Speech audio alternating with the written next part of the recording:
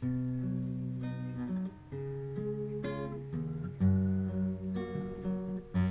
pagi, shalom sahabat yang diberkati Tuhan Yesus Kristus. Mari kita masuk gerbangnya dengan ucapan syukur, ke dalam pelatarannya dengan puji-pujian dan mazmur. Bermazmurlah bagi Allah, bermazmurlah bagi Yesus, bermazmurlah bagi Raja, bermazmurlah bagi Tuhan. Kami masuk dengan tutupan kuasa darah anak domba Allah yang kudus, yang lemah dikuatkan, yang miskin diperkaya, yang susah dihiburkan, yang letih lesu dan berbeban berat. Tuhan akan memberikan kelegaan. Terpujilah nama Yesus. Kami mau meninggikan Engkau, kami mau bermazmur bagi namamu Yesus. Haleluya, haleluya. Banyak hal telah Kau perbuat di dalam hidupku. Rancangan indahmu terjadi di hidupku. Bapa yang mengerti segala yang ku perlu, kasih-Mu sempurna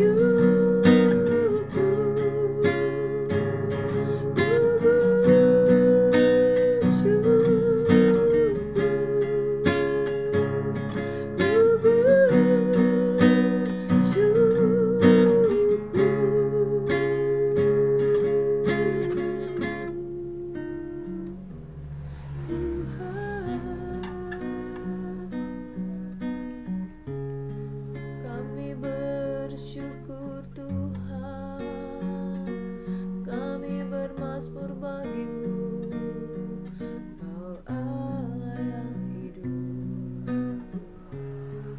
Kami rindu menikmati kebaikan-Mu Tuhan, kebaikan-Mu selama-lamanya.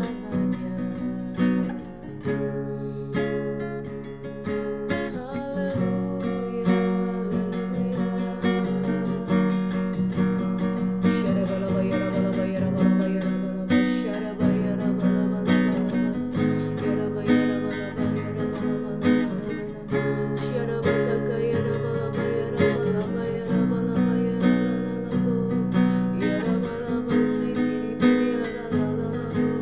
Kau tinggikan, Kau diagungkan Tuhan. Haleluya. Ku tinggikan Engkau Tuhan, melebihi segalanya, lebih dalam ku menyembah. Dalam roh dan kebenaran ku tinggikan Engkau Tuhan, melebihi segalanya, lebih dalam ku menyembah. Dalam roh dan kebenaran ku tinggikan Engkau Tuhan, melebihi segalanya, lebih dalam ku menyembah. Dalam roh dan kebenaran selamanya. Terima kasih Tuhan, sebab barang berseru kepada nama Tuhan, dia akan beroleh kekuatan. Bapa, Engkau memberkati kiranya jemaat Tuhan yang datang, yang letih, lesu, dan berbeban berat, yang butuh pertolongan Tuhan, yang ingin didoakan, yang bermasmur bagi nama-Mu. Engkau yang ditinggikan, ketika Engkau ditinggikan, Engkau akan menarik banyak jiwa datang kepadamu. Ku bersyukur kepadamu Tuhan, ku bawa mazmurku di hadapan-Mu Tuhan. Hidupku menyembah-Mu.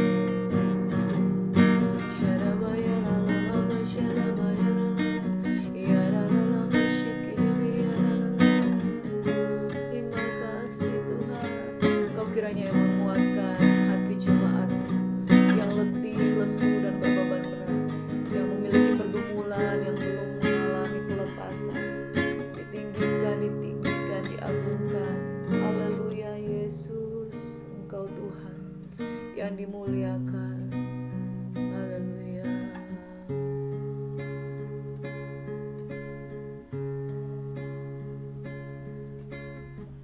Kiranya Engkau yang berharap pada Tuhan disembuhkan, dikuatkan di dalam nama Yesus.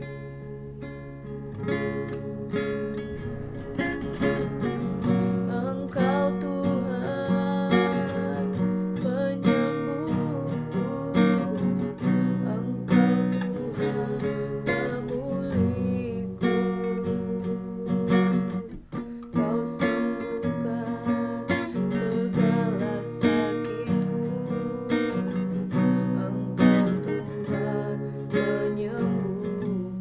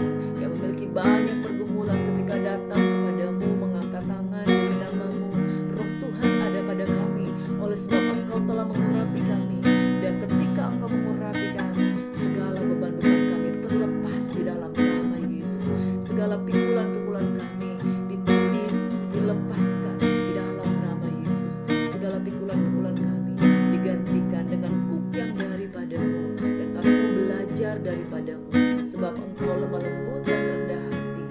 Dan ketika kami belajar daripadamu Tuhan, segala beban-beban kami dilepaskan di dalam nama Yesus Kristus Tuhan. Kami bersyukur, kami berdoa, kami meninggikan Engkau di dalam nama Yesus. Kami berdoa dan mengucap syukur.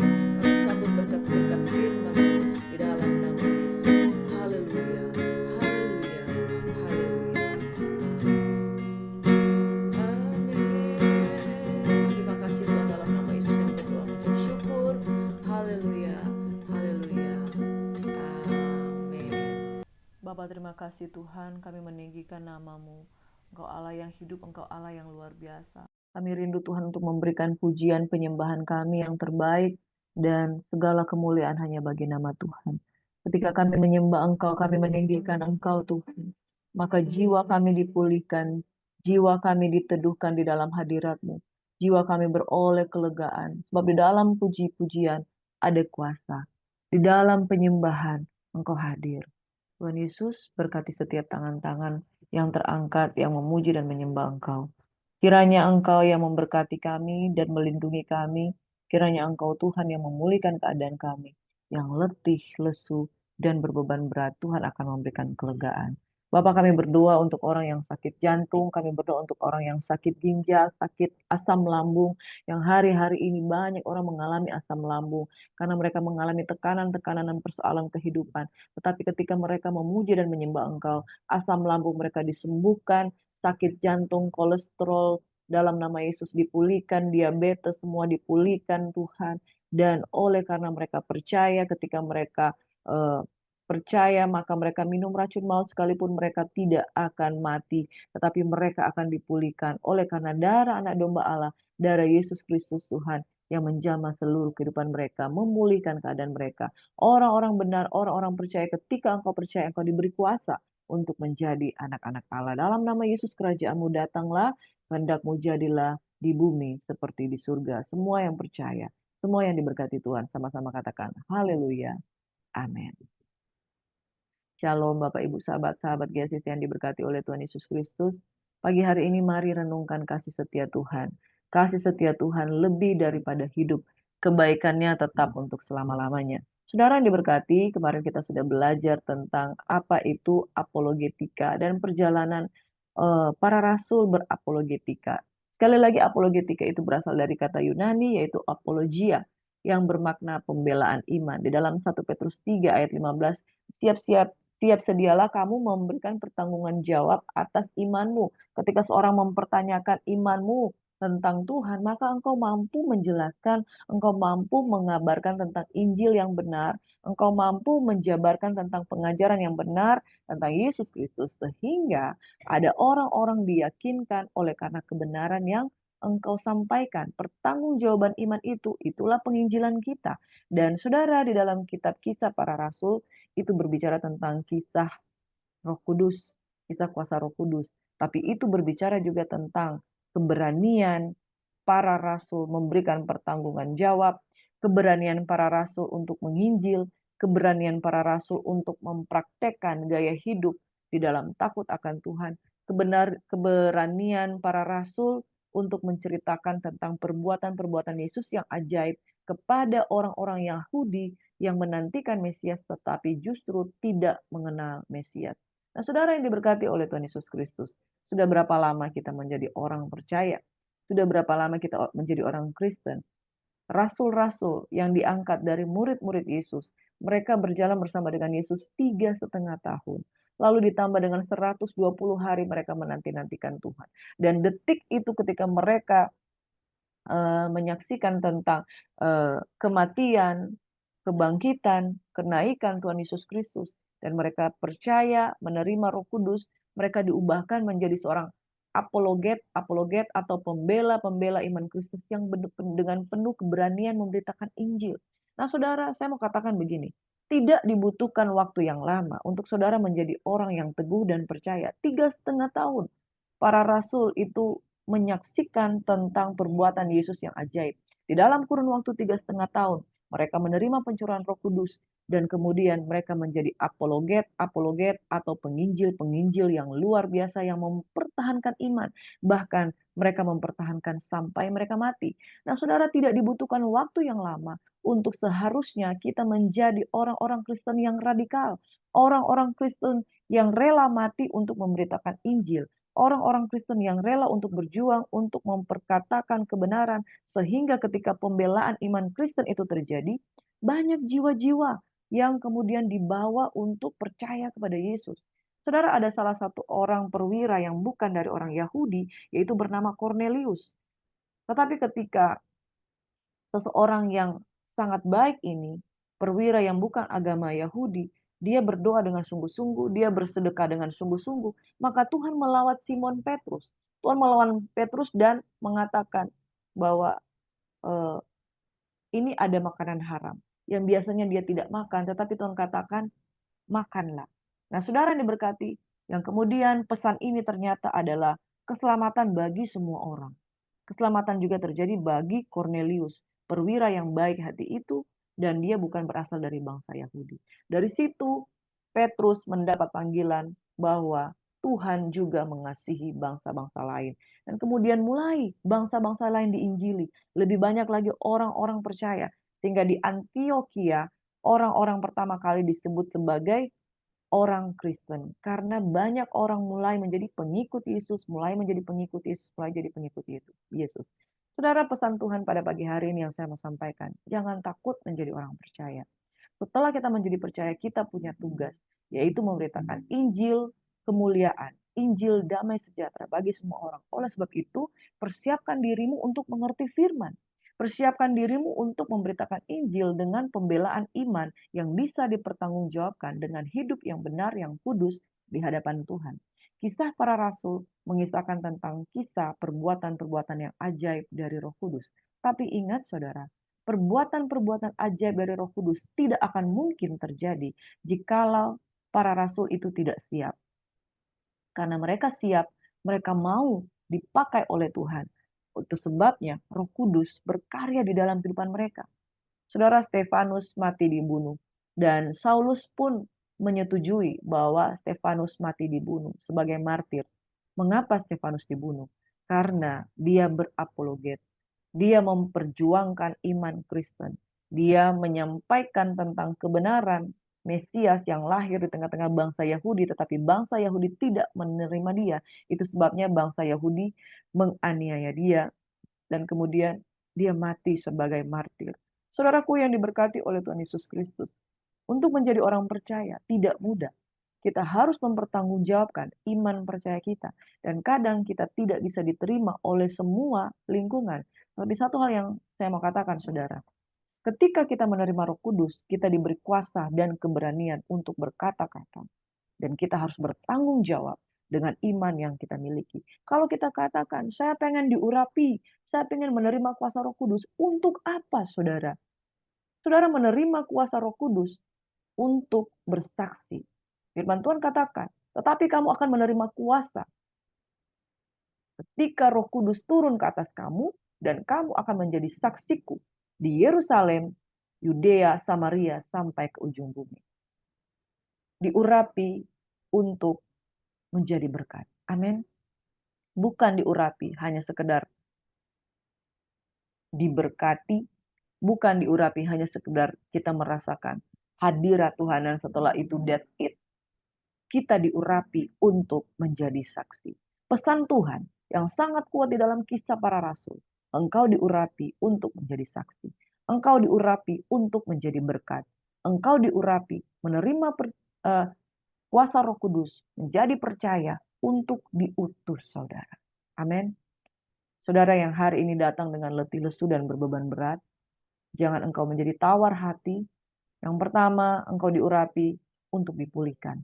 Setelah dipulihkan dari segala beban-beban, sakit, susahmu, penderitaanmu, siapkah engkau diutus, saudaraku?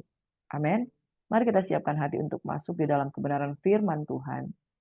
Di dalam kitab Kisah Para Rasul, pasal 7 hingga pasal yang ke-11.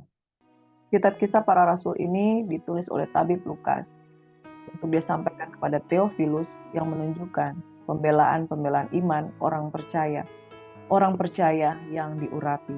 Sebab itu saudara yang saya mau katakan, jangan susah hatimu oleh karena perkataan firman yang mengatakan, kepada kita dikaruniakan bukan saja untuk percaya, melainkan untuk menderita bersama dengan Kristus. Benar saudara, kita dikaruniakan bukan sekedar untuk percaya kepada salib, kita mengangkat tangan kepada salib dan kita menerima berkat, kita menerima penghiburan, kita menerima kuasa, kita menerima Injil kebenaran untuk mengalami keselamatan.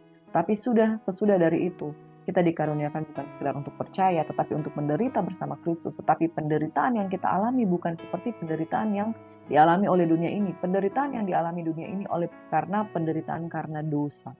Dosa menyengsarakan, tetapi penderitaan di dalam Kristus mengerjakan damai sejahtera. Itu sebabnya firman Tuhan katakan, hendaklah damai sejahtera Kristus memerintah di dalam hidupmu, sebab untuk itulah kita dipanggil. Saudara, untuk memerintah bersama dengan Kristus, kita diperintah dulu oleh damai sejahtera. Dan damai sejahtera Kristus yang memimpin, menuntun kita, yang membawa kita ke dalam kehidupan yang diberkati. Ada penderitaan-penderitaan yang dialami oleh orang percaya, tetapi tidak seperti penderitaan yang dialami oleh karena dosa. Penderitaan yang dialami oleh orang percaya adalah penderitaan untuk kemuliaan. Balik salib ada kemuliaan. Seperti yang dialami oleh para rasul, mereka dimuliakan oleh karena menerima Roh Kudus. Tetapi di balik kemuliaan itu ada proses. Dan proses itu membawa cahaya kemuliaan dalam hidup mereka. Saudara, pagi hari ini kita akan belajar tentang kitab Kisah Para Rasul di pasal 7 hingga pasal 11. Kekristenan yang pertama itu disebut di Antioquia. Perjalanan para rasul ketika mereka mulai menginjil, maka mereka disebut orang-orang Kristen. Dan dikatakan inilah orang-orang yang menjungkir balikan dunia. Orang-orang yang seperti apa? Orang-orang yang berapologetik, orang-orang yang membela iman Kristen, orang-orang yang meninggikan nama Yesus, orang-orang yang tampil dengan penuh keberanian dengan pengurapan Roh Kudus. Di dalam Kisah Para Rasul 7, saudara yang diberkati oleh Tuhan Yesus Kristus, Stefanus penuh dengan Roh Kudus. Dia berapologetik. Dia menyampaikan firman dengan penuh keberanian, dengan penuh pengurapan. Dia menegur orang-orang Yahudi, para imam pada waktu itu, orang-orang anggota-anggota mahkamah agama. Dia berkata, hai orang-orang yang keras kepala, yang tidak bersuanat hati dan telinga, kamu selalu menentang Roh Kudus, sama seperti nenek moyangmu, demikian juga kamu. Siapakah dari nabi-nabi yang tidak dianiaya oleh nenek moyangmu?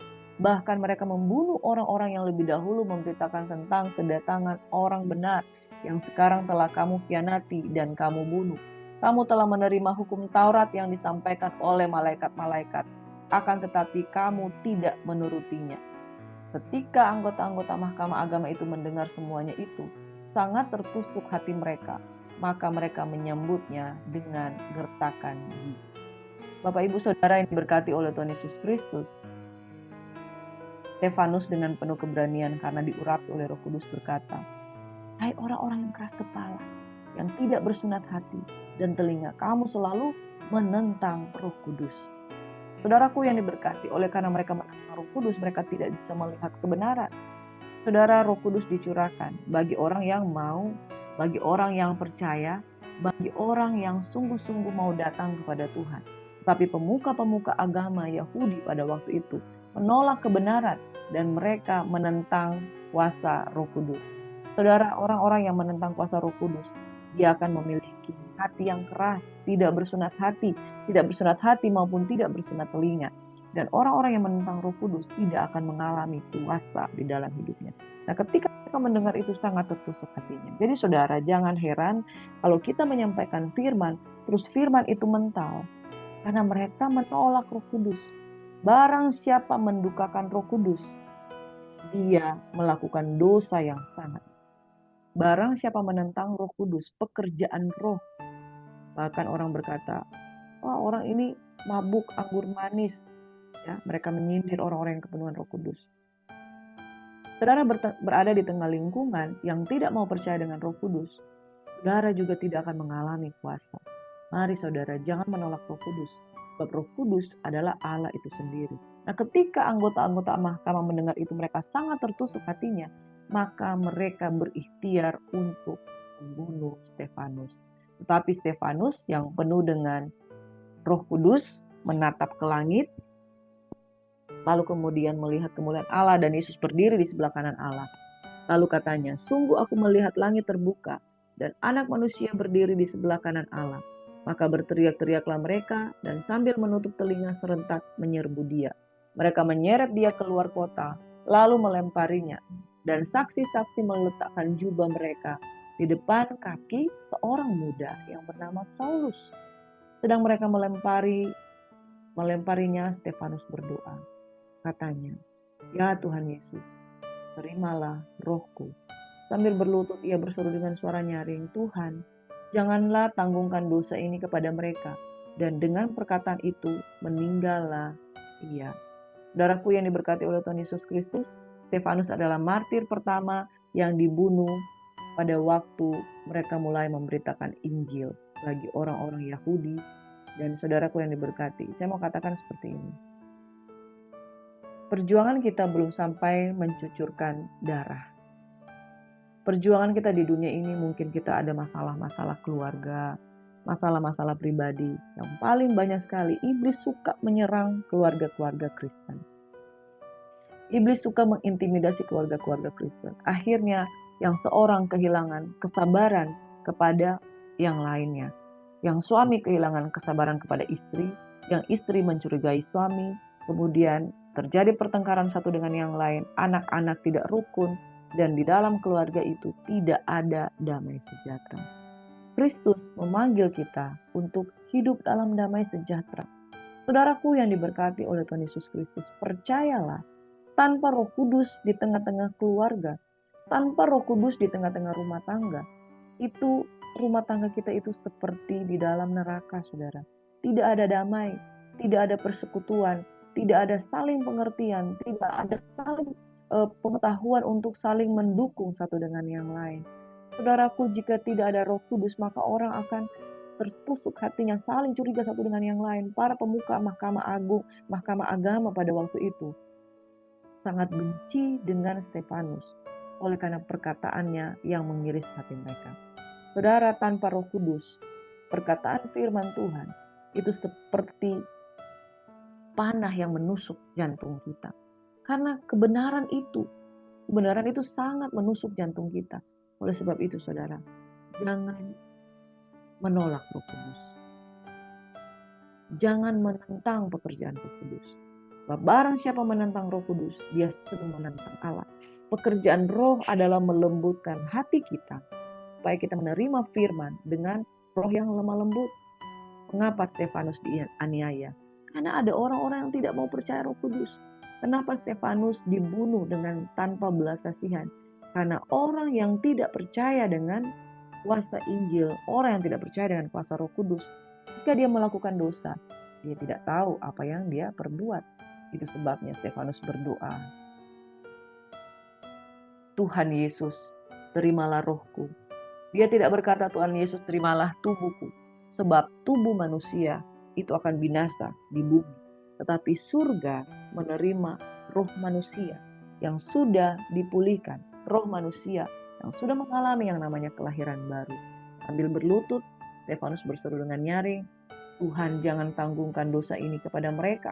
Dan dengan perkataan itu meninggallah ia. Sebab orang yang jatuh di dalam dosa, ia tidak tahu apa yang dia perbuat.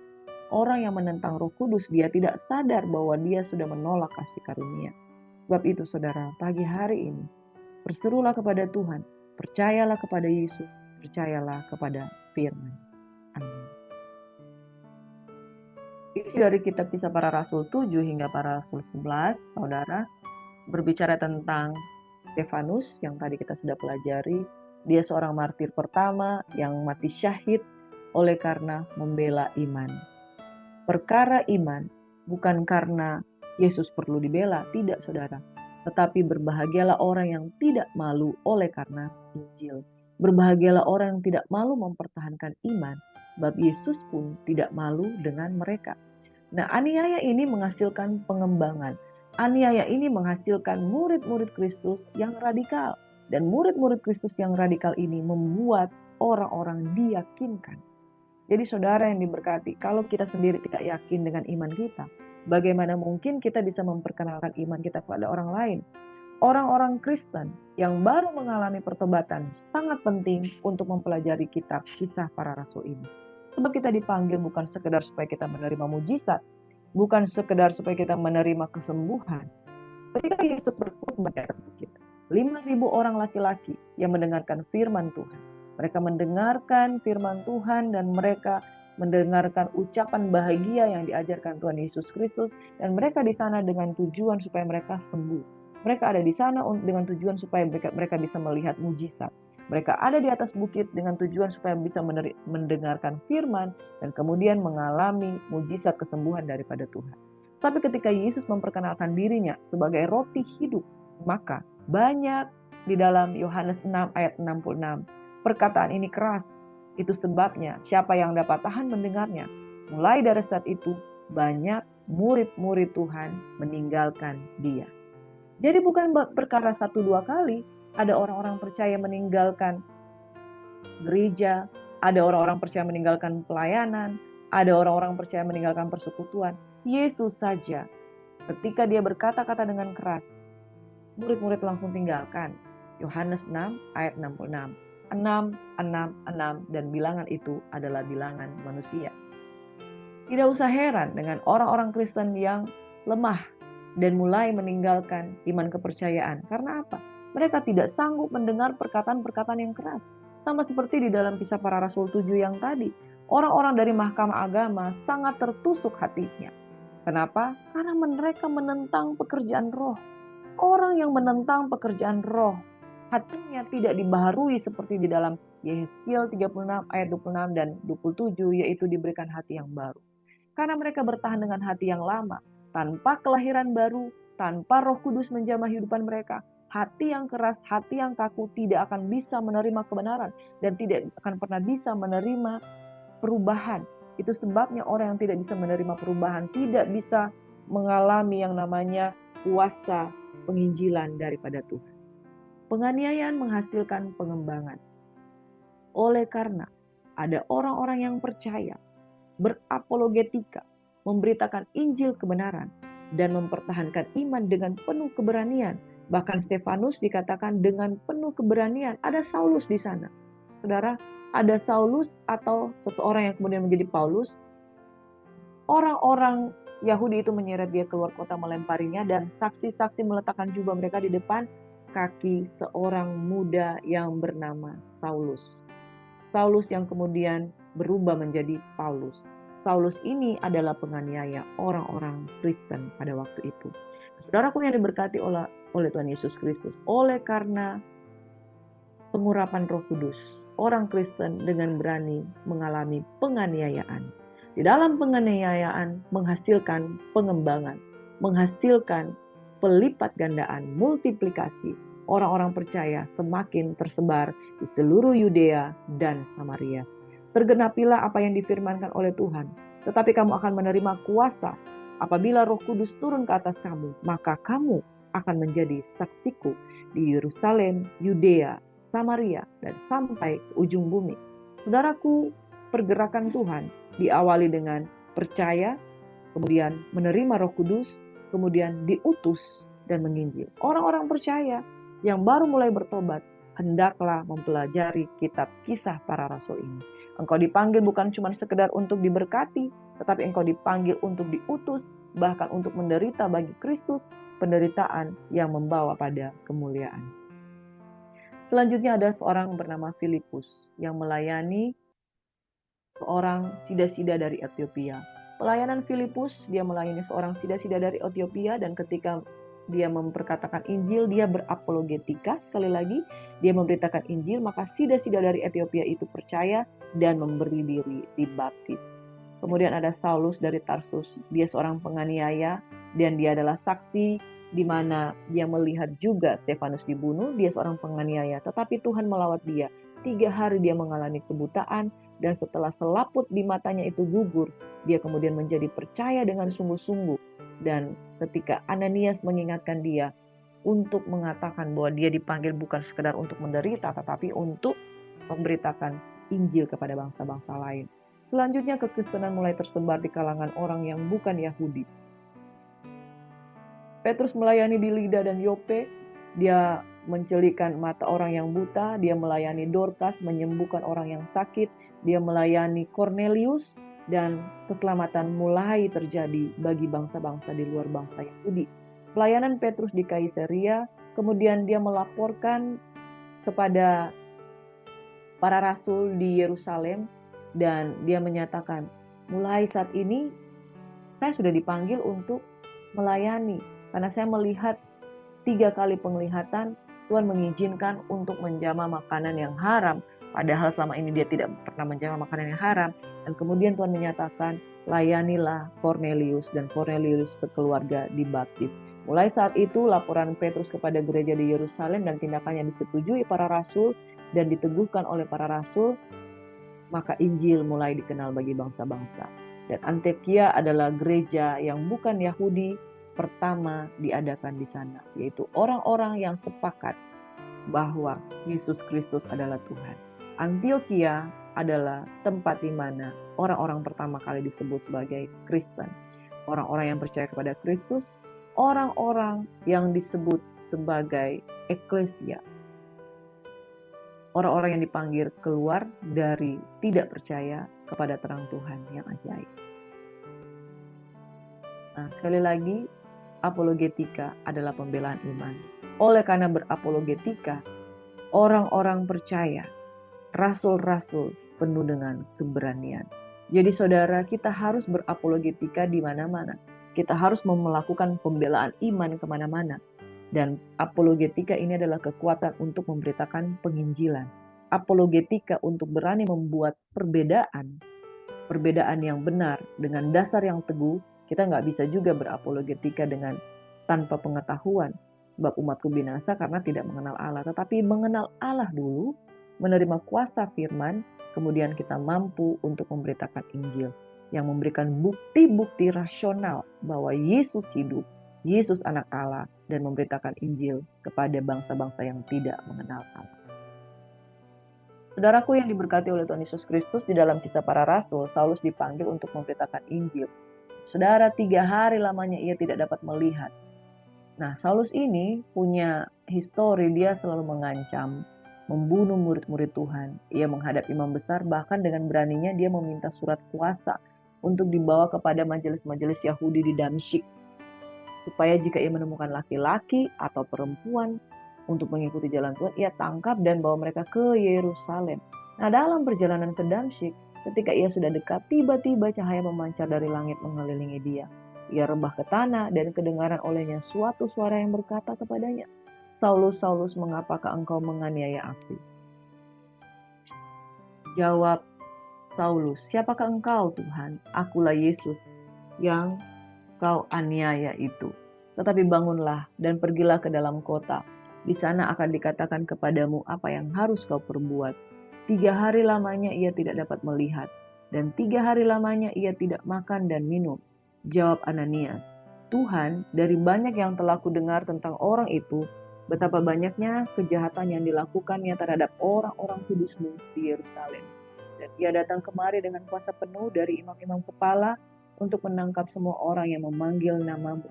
Tapi firman Tuhan kepadanya, pergilah sebab orang ini adalah alat pilihan bagiku untuk memberitakan namaku kepada bangsa-bangsa lain, serta raja-raja dan orang-orang Israel.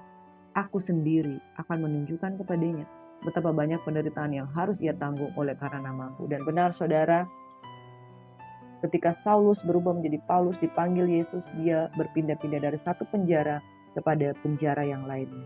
Tetapi saudara, dari 27 kitab dalam perjanjian baru, sebagian besar kitab itu ditulis oleh Paulus. Dan bagaimana dia sungguh-sungguh berespon terhadap panggilan yang Tuhan kerjakan di dalam dirinya. Nah saudara, orang-orang Kristen yang baru bertobat, orang-orang Kristen yang baru mengalami kelahiran baru, pelajari dengan sungguh-sungguh kitab Kisah Para Rasul ini. Bahwa ketika engkau dipanggil, Engkau dipanggil, mungkin akan mengalami penderitaan.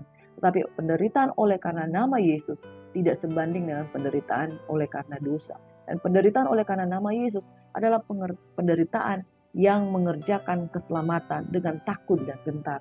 Saudara, Saulus adalah seseorang yang menganiaya orang Kristen dengan radikal.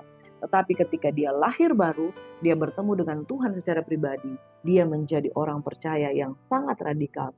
Saking radikalnya, dia berpisah dengan Barnabas. Padahal Barnabas adalah orang yang pertama kali mengajak dia untuk bergabung dengan murid-murid Tuhan. Dia memiliki ketegasan yang sangat luar biasa. Jadi saudara, kalau mau meninggalkan dosa itu jangan main-main. Harus sungguh-sungguh dengan Tuhan. Dan jadilah radikal di dalam Tuhan. Pasal 20 ayat 21, semua orang yang mendengar hal itu heran dan berkata, bukankah dia ini yang di Yerusalem yang mau membinasakan barang siapa yang memanggil nama Yesus? Dan bukankah ia datang ke sini dengan maksud untuk menangkap dan membawa mereka ke hadapan imam-imam kepala? Akan tetapi Saulus makin besar pengaruhnya dan ia membingungkan orang-orang Yahudi yang tinggal di Damsyik karena ia membuktikan bahwa Yesus adalah Mesias. He proved to them that Jesus is the Messiah. Nah, saudara yang diberkati, panggilan kita sebagai orang percaya, sekali lagi, jangan manja, jangan cengeng, tapi kita harus membuktikan kepada orang lain, membuktikan dan menyaksikan kepada jiwa-jiwa bahwa Yesus adalah Tuhan dengan radikal. Nah, saudara, kiranya kitab Kisah Para Rasul ini menguatkan dan menunjukkan kita menjadi orang Kristen yang pertama-tama disebutkan di Antioquia. Bayarannya mahal, yaitu bayarannya adalah nyawa, bayarannya adalah penderitaan, bayarannya adalah dengan sungguh-sungguh memberitakan Injil. Saudara, jangan menjadi kekristenan yang lembek, yang mendapatkan gonjangan sedikit saja sudah tidak mau percaya, mendapatkan gonjangan sedikit saja marah dengan sesama orang pelayanan. Jangan, saudara.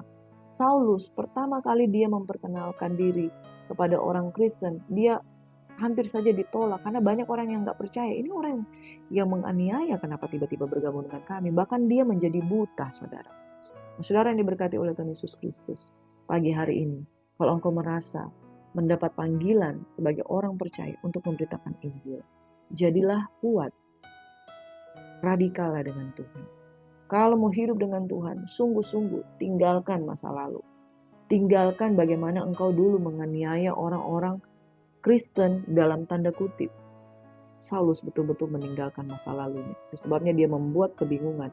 Tapi kebingungan itu tidak lama karena radikalnya itu sungguh-sungguh total dia meninggalkan gaya hidupnya yang. Saudara, kalau kita dipanggil keluar dari gelap kepada terang Tuhan yang ajaib, tinggalkan dengan sungguh-sungguh. Supaya engkau pun hidup dengan Tuhan sungguh-sungguh. Di dalam Kisah Para Rasul 10 ada kisah di mana Simon Petrus mendapat penglihatan dan dia diperintahkan untuk melayani seorang bernama Cornelius. Ketika dia selesai mendapatkan penglihatan 3 kali tentang binatang-binatang yang haram yang Tuhan izinkan untuk menjamahnya, dia heran. Tapi Tuhan berkata, roh Tuhan berkata, ada 3 orang mencari engkau. Bangunlah, turunlah ke bawah dan berangkatlah bersama-sama dengan mereka. Dia pergi bersama-sama dengan mereka. Tuhan yang menyuruh mereka. Lalu Petrus turun ke bawah dan ketika dia ketemu dengan orang itu, dia sudah tahu maksud mereka. Tapi dia bertanya, apa maksud kedatangan kamu? Maksud kedatangan mereka adalah menjemput Petrus. Cornelius orang yang perwira, yang tulus hati dan takut akan Allah, yang terkenal baik di antara bangsa Yahudi, tapi dia bukan orang Yahudi, telah menerima pernyataan Allah dengan perantaraan seorang malaikat kudus supaya ia mengundang engkau ke rumahnya dan mendengar apa yang engkau katakan. Jadi Cornelius ini ketika dia berdoa, dia mendapat penglihatan tentang Petrus. Sementara Petrus ketika dia berdoa, dia mendapatkan penglihatan tentang binatang-binatang yang haram. Lalu kemudian dia pergi menemui Cornelius karena diundang. Cornelius bercerita kepada dia, 4 hari yang lalu kira-kira pada waktu yang sama seperti sekarang jam 3 petang, aku sedang berdoa. Tiba-tiba ada seorang berdiri di depanku pakaiannya berkilau-kilauan dan berkata, Cornelius, doamu telah didengarkan Allah dan sedekahmu telah diingatkan di hadapannya. Suruhlah orang ke Yope dan jemput Simon yang disebut Petrus. Ia sedang menumpang di rumah Simon, seorang penyamak kulit yang tinggal di tepi laut. Karena itu segera kusuruh orang kepadamu dan dengan senang hati engkau telah datang. Sekarang semua kami telah hadir di sini di hadapan Allah untuk mendengarkan apa yang ditugaskan Allah kepadamu. Lalu mulailah Petrus berbicara, sesungguhnya aku telah mengerti bahwa Allah tidak membedakan orang. Setiap orang dari bangsa manapun yang takut akan Dia dan yang mengamalkan kebenaran berkenan kepadanya. Itulah firman yang Ia suruh sampaikan kepada orang-orang Israel, yaitu firman yang memberitakan damai sejahtera oleh Yesus Kristus yang adalah Tuhan dari semua orang. Kamu tahu tentang segala sesuatu yang terjadi di seluruh tanah Yudea mulai dari Galilea sesudah baptisan yang diberitakan oleh Yohanes, yaitu tentang Yesus dari Nazaret, bagaimana Allah mengurapi Dia dengan Roh Kudus dan kuasa Dia yang berjalan berkeliling sambil berbuat baik dan menyembuhkan semua orang yang dikuasai iblis, sebab Allah menyertai Dia. Saudara, sekali lagi, Petrus berapologetika. Dia menjelaskan tentang siapa itu Yesus. Kemudian Cornelius juga yang sudah sungguh-sungguh beribadah kepada Tuhan menjadi percaya. Lalu Petrus membaptis Cornelius bersama dengan keluarganya. Saudaraku yang diberkati, keselamatan bagi semua bangsa. Dan ingat, ada pemberitaan firman sebelum kebenaran itu disampaikan, ada kuasa Roh Kudus. Nah, saudaraku yang diberkati, penting bagi kita. Jangan sekedar percaya, tetapi kenalilah Tuhan. Sebab ketika engkau mengenal Tuhan, engkau bisa mempertanggungjawabkan imanmu, dan melalui engkau ada banyak orang yang akan mengalami keselamatan. Seperti Cornelius mengalami keselamatan oleh karena Tuhan berfirman melalui Petrus. Ini yang saya mau sampaikan. Pelajari sungguh-sungguh kitab Kisah Para Rasul, bahwa kita dipanggil untuk percaya dan diutus dengan penuh keberanian menyampaikan Injil kebenaran sehingga setiap orang yang mendengar menjadi percaya. Di Kisah Para Rasul 11, jemaat Antiokhia pertama kali disebut Kristen. Simon Petrus mempertanggungjawabkan apa yang dia perbuat, yaitu dia membaptis orang-orang yang bukan dari bangsa Yahudi. Maka diceritakannya kepada para rasul yang lainnya. Dia menyampaikan dan berkata, maka teringatlah aku akan perkataan Tuhan, Yohanes membaptis dengan air, tetapi kamu akan dibaptis dengan Roh Kudus. Jadi jika Allah memberikan karunia-Nya kepada mereka sama seperti kepada kita pada waktu kita mulai percaya kepada Yesus Kristus, bagaimanakah mungkin aku mencegah dia? Ketika para murid Kristus, para rasul mendengar hal itu, mereka menjadi tenang, lalu memuliakan Allah. Katanya, jadi kepada bangsa-bangsa lain juga Allah mengaruniakan pertobatan yang memimpin kepada hidup. Sekali lagi saudara, jadi kepada bangsa-bangsa lain juga Allah mengaruniakan pertobatan yang memimpin pada hidup. Ada pertobatan yang memimpin pada hidup. Sementara itu banyak saudara-saudara telah tersebar karena penganiayaan yang timbul sesudah Stefanus dihukum mati. Mereka tersebar sampai ke Fenisia, Siprus, dan Antiokhia. Namun mereka memberitakan Injil kepada orang Yahudi saja. Maka sampailah kabar tentang mereka itu kepada jemaat di Yerusalem. Lalu jemaat itu mengutus Barnabas ke Antiokhia. Setelah Barnabas datang dan melihat kasih karunia Allah, bersukacitalah ia. Ia menasihati mereka supaya mereka semua tetap setia kepada Tuhan. Karena Barnabas adalah orang baik, penuh dengan Roh Kudus dan iman, sejumlah orang dibawa kepada Tuhan. Lalu pergilah Barnabas ke Tarsus untuk mencari Saulus. Dan setelah bertemu dengan dia, ia membawanya ke Antiokhia. Mereka tinggal bersama-sama dengan jemaat itu 1 tahun lamanya, sambil mengajar banyak orang. Di Antiokhia lah murid-murid itu untuk pertama kalinya disebut Kristen. 12 orang rasul mengalami pelipat gandaan dengan bertambahnya jiwa-jiwa. Dan Saulus bertobat, Barnabas bertobat, mereka mengalami kelahiran baru. Mereka selama 1 tahun bersama memberitakan Injil, dan lebih banyak lagi jiwa-jiwa yang kemudian memberi diri dan disebut Kristen di Antiokhia. Saudaraku yang diberkati, ketika engkau bertobat, sudahkah engkau meneruskan berita Injil ini kepada sesamamu? Ketika engkau sungguh-sungguh bertobat, sudahkah engkau hidup dengan radikal? Ketika engkau sungguh-sungguh bertobat, sudahkah engkau sungguh-sungguh meninggalkan manusia lamamu dan kemudian mengambil identitas yang baru dan memberitakan Injil? Saudara yang diberkati oleh Tuhan Yesus Kristus, para rasul tidak menjadi lemah setelah ditinggalkan gurunya, tetapi mereka menerima kuasa dan kemudian mereka dengan penuh keberanian menjadi saksi. Pagi hari ini saya mau mengingatkan firman Tuhan kepada kita semua. Jadilah kuat saudara. Iblis berusaha membuat kita sayang diri dengan menangisi masalah-masalah kita. Memang penting untuk berdoa menangisi masalah kita. Tapi tahukah saudara, kuasa yang Anda terima adalah kuasa yang dinamis, kuasa yang memampukan engkau untuk melakukan mujizat, kuasa yang memampukan engkau untuk mempengaruhi banyak orang supaya mereka percaya dan menjadi jemaat yang kuat. Di Antioquia, jemaat Tuhan pertama kali disebut orang Kristen. Mari kita berbangga menjadi orang Kristen karena kita menerima kuasa dari Roh Kudus untuk percaya. Amin. Tuhan Yesus memberkati kita. Saudaraku, ada firman Tuhan yang berkata di dalam Filipi 1 ayat 29. Sebab kepada kamu dikaruniakan bukan saja untuk percaya kepada Kristus, melainkan juga untuk menderita untuk Dia. Maukah menderita untuk Dia? Menderita di dalam kebenaran. Amin. Penderitaan di dalam kebenaran akan mengerjakan keselamatan. Kolose 3 ayat 12. Karena itu sebagai orang-orang yang pilihan Allah, yang dikuduskan dan dikasihinya, kenakanlah belas kasihan, kemurahan, kerendahan hati, kelemah lembutan, dan kesabaran, untuk memberitakan Injil, untuk hidup sebagai manusia baru, untuk hidup sebagai orang-orang yang radikal dalam iman, supaya kita mampu memberitakan Injil kepada semua bangsa. Filipi 1 ayat 21 berkata, karena bagiku hidup adalah Kristus, dan mati adalah keuntungan. Paulus dipanggil bukan saja untuk percaya, tapi untuk menderita. Dan ketika dia dipanggil, dia sungguh-sungguh meninggalkan manusia lamanya. Dia berhenti menganiaya orang Kristen. Sebaliknya, dia menjadi Kristen dan dia membawa banyak sekali orang menjadi Kristen. Saudara, sesudah engkau lahir baru, hiduplah baru. Hidup adalah Kristus. Yang lama sudah berlalu dan Paulus berkata, semua itu adalah sampah. Karena Kristus adalah hidup dan mati adalah keuntungan. Mari radikal dengan Tuhan, saudaraku. Jadilah orang percaya. Sungguh bangga menjadi Kristen. Beritakan Injil tanpa takut, tanpa ragu. Mari kita berdoa. Tuhan kiranya memberkati dan melindungi engkau yang percaya kepada firman. Engkau yang sudah mengalami lahir baru dengan sungguh-sungguh. Jadilah kuat, jadilah radikal.